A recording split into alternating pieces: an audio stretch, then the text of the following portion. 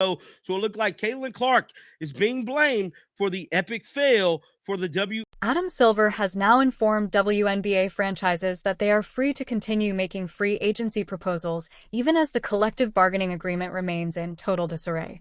That move amounts to the NBA commissioner stepping in, weakening player leverage, and signaling ownership to press ahead regardless. At the same time, players and members of the media have begun placing blame on Caitlin Clark for the collapse of negotiations, a narrative that reportedly pushed Silver to his limit. A league that capitalized on Clark's popularity to secure a massive $2.2 billion media rights package is now turning her into a convenient target to distract from its own mismanagement and failures. hate Caitlin Clark with a passion, and I'm here to tell you right now, the hate is growing even stronger because many people in the Players Association and people in the media is blaming Caitlin Clark for potentially being the one holding out. How out of touch do WNBA players have to be to fault the very athlete who revitalized their league for their inability to negotiate a workable labor deal? Adam Silver runs the NBA and oversees the WNBA as part of that role, witnessing decades of financial struggle in women's basketball while the NBA covered losses and kept operations afloat. Then Caitlin Clark arrived, and everything changed. Viewership skyrocketed, arenas filled to capacity, merchandise sales shattered previous records, and networks committed $2.2 billion for broadcasting rights. That's real transformative revenue. Money the WNBA had never even come close to seeing before Clark's emergence. And this whole thing is backfiring on these players to the point where they couldn't even get a response from the owners. The owners are saying, let's move on free agency. They're trying to stop people from signing. It is a CBA negotiations have now completely collapsed, with the deadline passing without any agreement. Players are demanding substantial revenue sharing to reflect the league's recent growth, while owners hesitate to commit long-term funds based on a single standout season. Union leadership faces clear conflicts of interest tied to competing business ventures. Yet somehow certain players and media figures have decided the problem is Caitlin Clark, not the negotiators, not the unrealistic demands, not the structural flaws. Clark, who is barely involved in the bargaining process, has become the scapegoat for the breakdown. Adam Silver's reaction spoke volumes. He directed WNBA teams to move ahead with free agency plans despite the expired CBA. This wasn't a casual suggestion, it was the league signaling, we'll keep going whether the union cooperates or not. Under existing U.S. labor law, the WNBA can issue qualifying offers to free agents using terms from the lapsed agreement while talks continue, giving ownership a level of leverage players apparently did not anticipate.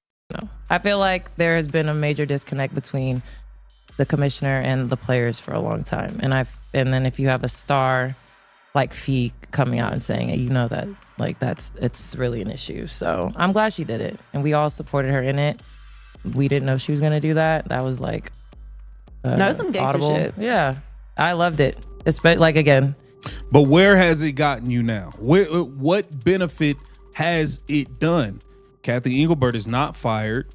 You guys are not getting this 30% rev share and a $10.5 million salary cap. What benefit has all this mess brought to you guys? You don't have a deal. You're still under contract for next year. What benefit has this? CBA negotiations have now completely collapsed, with the deadline passing without any agreement. Players are demanding substantial revenue sharing to reflect the league's recent growth, while owners hesitate to commit long-term funds based on a single standout season. Union leadership faces clear conflicts of interest tied to competing business ventures. Yet somehow certain players and media figures have decided the problem is Caitlin Clark, not the negotiators, not the unrealistic demands, not the structural flaws. Clark, who is barely involved in the bargaining process, has become the scapegoat for the breakdown. Adam Silver's reaction spoke volumes. He directed WNBA teams to move ahead with free agency plans despite the expired CBA. This wasn't a casual suggestion, it was the league signaling, we'll keep going whether the union cooperates or not. Under existing U.S. labor law, the WNBA can issue qualifying offers to free agents using terms from the lapsed agreement while talks continue, giving ownership a level of leverage players apparently did not anticipate. As it was in 2024. In the summer of 2025, did First Take talk about any women's basketball? They talked about any of these sports shows. They talked about the first Angel Reese vs. Caitlin Clark game. They talked about Caitlin Clark transformed the WNBA, bringing unprecedented attention, revenue, and opportunities. Yet now some players and media are absurdly blaming her for the complete breakdown of CBA negotiations. Her rookie season drew massive audiences, sold out arenas, shattered merchandise records, and secured a $2.2 billion media deal, the financial foundation that makes revenue sharing even possible. Without her impact, players wouldn't have leverage. The league would still be struggling to make minor adjustments. Adam Silver, frustrated by the union's unrealistic demands and the infighting, has instructed teams to move ahead with free agency despite the expired agreement, signaling that ownership is prepared to operate under existing legal frameworks regardless of union cooperation. Meanwhile, union leadership has faced obvious conflicts of interest, promoting competing ventures while undermining their own credibility, and many players have allowed jealousy to cloud strategic thinking. Clark, in stark contrast, has remained professional throughout, staying silent, making no public demands, and avoiding drama, highlighting her discipline and focus compared to those attacking the league or her. The reality is that the WNBA's success, momentum, and financial growth stem directly from Clark's influence, and blaming her for labor disputes is both misguided and desperate. Silver's move demonstrates that ownership isn't panicking.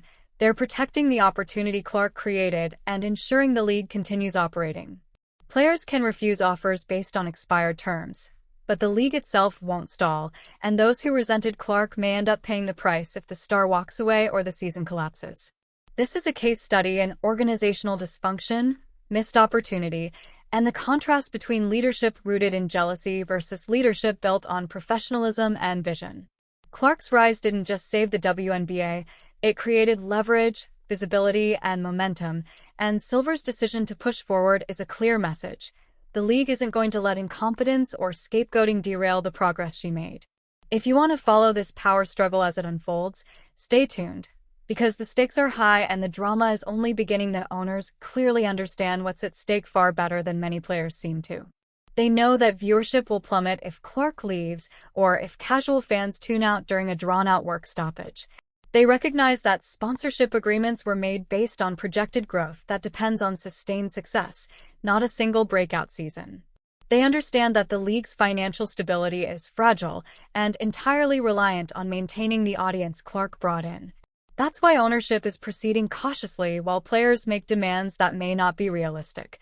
Those who spent 2 seasons undermining Clark are about to face costly lessons about leverage and consequences. Their earning potential exists because she elevated the league, and their bargaining power depends on the ongoing growth she generated. If she chooses to play in Europe or step away from the dysfunction, everything collapses, and the players who resented her will suffer most, while she continues to thrive with endorsements and global opportunities. A 30 for 30 on how the WNBA's biggest star was somehow blamed for labor negotiation failures will be compelling.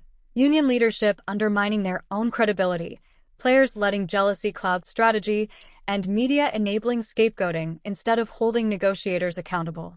Silver's move to allow free agency offers demonstrates he's done waiting for the union to act responsibly.